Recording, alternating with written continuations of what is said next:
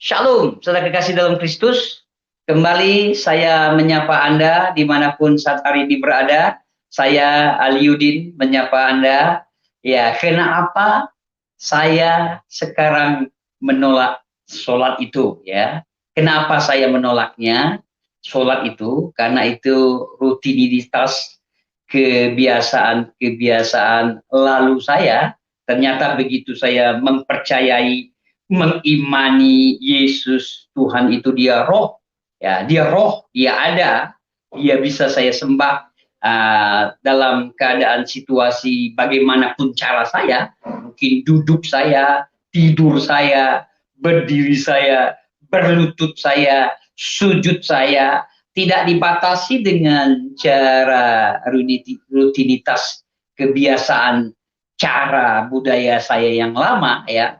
Ini saya ada pengalaman saya waktu di Masjid Raya Baitur Rahman di Banda Aceh. Waktu itu saya sholat, ya saya pakai kupiah. Kurang lebih kupiah ini contoh ini ya, saya contohkan kepada Anda saat hari ini berada. Ini pengalaman saya pribadi, saya alami di Masjid Raya Baitur Rahman di Banda Aceh, di tempat saya ya, di kota saya di Banda Aceh, di Aceh saya, di sana di Nangro Aceh Darussalam. Waktu itu kurang lebih kupiah saya seperti ini, lalu saya sujud, ya saya pakai jubah dengan baju kayak baju haji, baju jubah yang putih itu yang biasa dipakai oleh orang-orang tertentu, lalu saya pakai kupiah pici putih. Setelah saya sembayang, pici saya ini saya tidurkan, saya sujud di lantai. Ternyata pici saya kena lantai.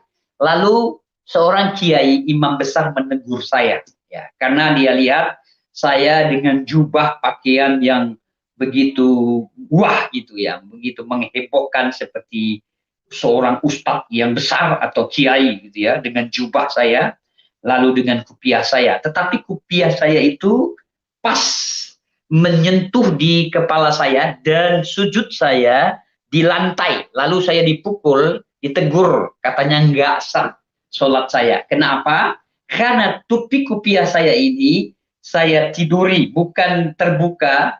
Dia mau jidat saya ini, kepala saya ini yang sujud di lantai, bukan kupiahnya.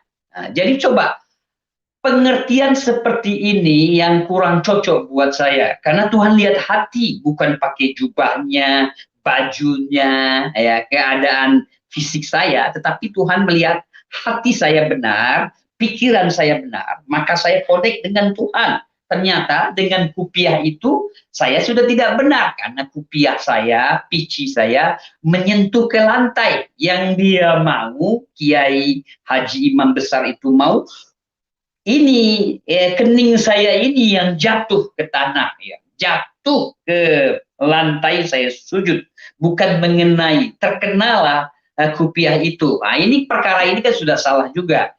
Dan terkadang jikalau saya sholat berlewat sedikit, sudah lewat, sudah terganggu waktu sholat saya ya.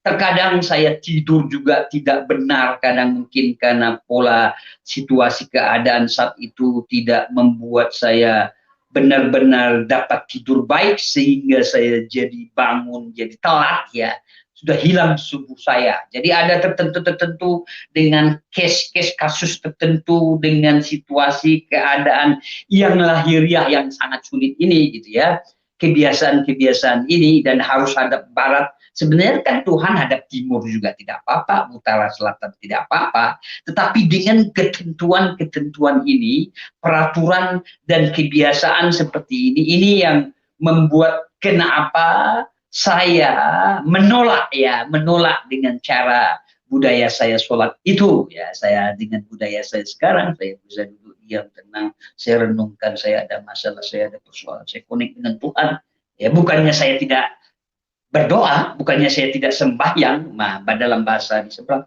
saya juga berdoa, saya juga sembahyang dengan cara saya, gaya saya yang berbeda. Nah, saya sudah uh, menolak dengan cara tata sholat saya sebelumnya, gaya saya sekarang, karena saya sudah mengimani dengan Isa Al-Masih. Ya, dengan mudahnya, ternyata Tuhan itu tidak harus hadap barat, dia bisa hadap timur, dia bisa hadap utara, dia bisa hadap selatan. Ya, dia tidak lihat lahiriah, ya harus bersih diri saya, cuci tangan, cuci itu, cuci muka, cuci telinga, cuci kaki saya tiga kali, tidak apa-apa, itu baik, bagus mencuci itu. Tetapi yang sebenarnya yang Tuhan mau perhatikan saat kita sholat, saat kita ibadah, saat kita bersekutu dengan Tuhan, dia tidak lihat lahiriah seperti itu. Yang Tuhan, Allah, Tuhan itu mau, dia mau cuci hati kita, pikiran kita.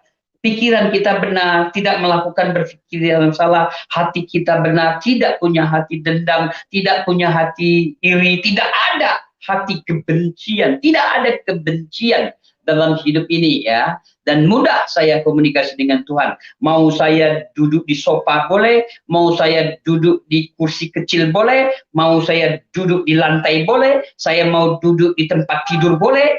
Ya, saya mau duduk di mana, di gunung, di batu, di situasi apapun, yang penting hati nurani saya konek dengan Tuhan. Arah saya, kiblat saya bukan arah kepada Ka'bah lagi, ya, kepada arah barat lagi. Ya, hati saya berkiblat mengarahkan kepada Isa Al-Masih, Yesus Tuhan itu yang telah menuntun, yang telah memimpin, yang mengajar, yang mencontohkan hidup, yang dapat saya lihat, saya teladani, saya baca, saya dengar firman itu setiap hari. Saya baca firman itu lewat Injil ini, Alkitab ini. Jadi arahnya, kiblatnya kepada Injil ini. Ini arahnya ke sini. Jikalau saya salah berpikir, salah hati nurani saya, salah saya memandang, saya membayangkan sudah salah diri saya. Inilah kiblatnya, melakukan yang benar, bukan melakukan yang salah. Tidak ada dendam, tidak ada kebencian, tidak ada yang kotor, yang najis dalam pikiran, dalam hati, dalam perasaan, dalam hidup saya. Saya tetap berjalan dengan koridor ini. Inilah kiblat saya sekarang. Ada sekali lagi salah sedikit berpikir saya, ada salah sedikit hati nurani saya yang salah, sudah mengganggu hubungan diri saya kepada Tuhan.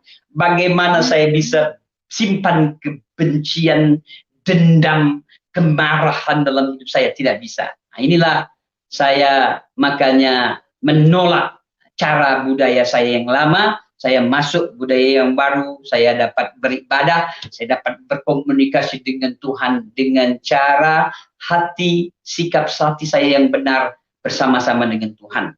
Saya mengampuni orang bersalah, saya tidak mencari-cari kesalahan orang lain, saya tidak dendam, saya tidak membela diri, apalagi membela Tuhan. Ya, Tuhan tidak perlu dibela, agama tidak perlu dibela, diri saya tidak perlu dibela, ya hanya Tuhan pembela saya. Masa Tuhan dibela? Tuhan sanggup melakukan dengan caranya, dengan kuasanya, karena Tuhan itu punya wibawa, punya cara untuk melakukan caranya yang ajaib itu. Dia tidak dibatasi dengan ruang, dia tidak dibatasi dengan waktu, dengan jarak, dengan situasi, keadaan apapun. Jadi dia tidak dibatasi dengan liturgi, kebiasaan yang sepele-sepele tadi, seperti kupiah tadi, cara tadi, cuci tangan tadi sudah salah, ya ada mungkin saya buang angin, buang kentut, minta matut, sudah agak ulang lagi, enggak begitu lagi. Yang Tuhan mau lihat hati ini, pikiran hati, pikiran, perasaan, hidup berkenan di hadapan Tuhan, melakukan yang dikehendaki Tuhan, melakukan yang benar, maksud saya bersama dengan Tuhan, bukan melakukan salah, bukan melakukan yang tidak benar. Makanya saya tinggalkan cara sholat, tata cara budaya yang sebelumnya ya. Kalaupun mau dilakukan dengan tata cara sholat itu ya tidak apa-apa juga. Ya kalau mau sujud dengan cara itu ya tidak apa-apa juga buat saya. Tetapi inilah menunjukkan, saya jelaskan, Tuhan tidak dibatasi ruang, jarak, gerak, keadaan, situasi apapun. Yang membatasi kita dengan Tuhan hanya hati yang salah, pikiran yang salah, hidup yang salah. Itu yang membatasi, bukan rutinitas, kebiasaan lagi, budaya lagi. Itu masing-masing orang ya bersekutu dengan Tuhan. Jadi pastikan hidupmu tidak bermasalah dengan Tuhan, maka engkau bebas berkomunikasi dengan Tuhan. Ya, itu yang dapat saya jelaskan kenapa saya menolak tata cara sholat yang lama gitu ya. Tidak diatur dengan waktu, harus tepat waktu ini, harus tidak begitu lagi ya. Bisa pagi, bisa siang, tetap saya berdoa, tetap saya sembahyang, tetap saya ibadah, tetap saya membaca firman. Saya baca firman ya. Saya membaca ini setiap hari ya. Membaca, merenungkan, ya hidup berjalan bersama dengan Tuhan. Ya, begitu yang dapat saya jelaskan. Terima kasih, Tuhan Yesus memberkati. Hey, halo. Bagaimana kabarnya? Apakah kamu suka video ini? Kalau kamu suka video ini, silakan klik tombol jempolnya dan bagikan video ini sebanyak-banyaknya ya. Kamu juga bisa mendukung pekerjaan kami dengan pemberian kasih melalui rekening yang tertera pada deskripsi video ini, supaya kami bisa melakukan pekerjaan yang lebih baik lagi di masa yang akan mendatang. Kalau kamu belum subscribe channel ini, silakan klik tombol subscribe dan nyalakan loncengnya ya, supaya kamu mendapatkan pemberitahuan apabila ada video baru yang kami tayangkan. Dan kamu juga bisa tampil di dalam acara ini dengan cara mengisi formulir yang terdapat pada deskripsi video ini. Oke, sekian video kali ini. Yesus Kristus mengasihi kita. Terima kasih.